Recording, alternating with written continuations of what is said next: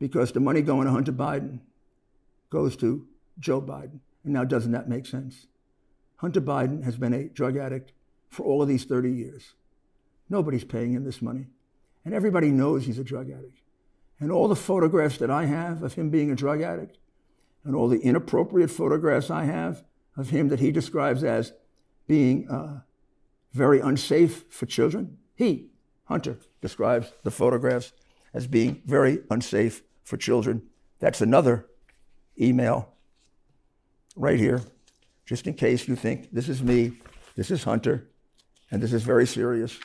He says, he's talking about his sister-in-law, who was his lover.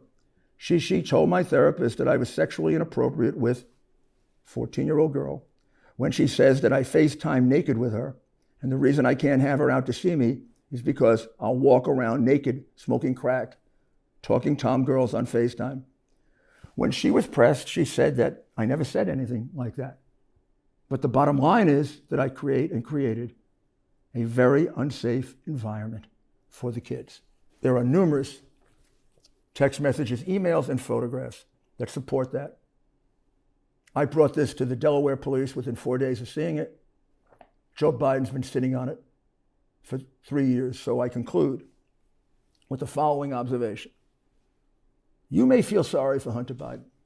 I do. I say, 30, 40 years ago, if that were my son and he were a drug addict, I'd get him a treatment. I'd never put him in this kind of business. Never have him deal with Mykola Zlochevsky, murderer, organized criminal. Elena Buturina, member of Russian organized crime, close to Putin. Never have him deal with Xi Jinping, intelligence operative, organized criminal, high member of the Communist Party, and now executed, probably, and sitting in the Yangtze River. Or Patrick Ho, who gets arrested in the middle of this partnership. And the first person he asks for is James Biden. And of course, law enforcement does nothing with it but cover it up. Law enforcement has covered all of this up. So here's what emerges in the end. You're the only ones who can save this country. I can't save this country. I've done everything I can. I've been called every name in the book and sued and threatened with you can't imagine what. It makes me proud of myself that I'm able to do it anyway, so I'm a strange bird, all right? My father brought me up that way, and the mafia didn't stop me, and the FARC didn't stop me, and Islamic terrorists didn't stop me, and this low-level trash isn't going to stop me, because that's what they are, who somehow got near the White House, but don't let them get the White House. American people have common sense and decency. You got to stop these people. You got to get out and vote. You vote. You vote them down.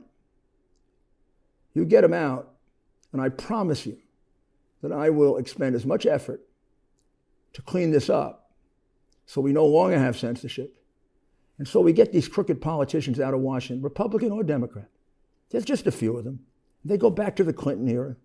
It's not just Democrats. It's mostly Democrats, but it's not just Democrats. Let's get rid of them all. Let's really drain the swamp this time. Really drain it. Now that we know what it really is, I never thought it was this bad. I thank you very, very much for your attention. I ask you to keep tuning in because there's much more of this. I try to keep it to the most relevant.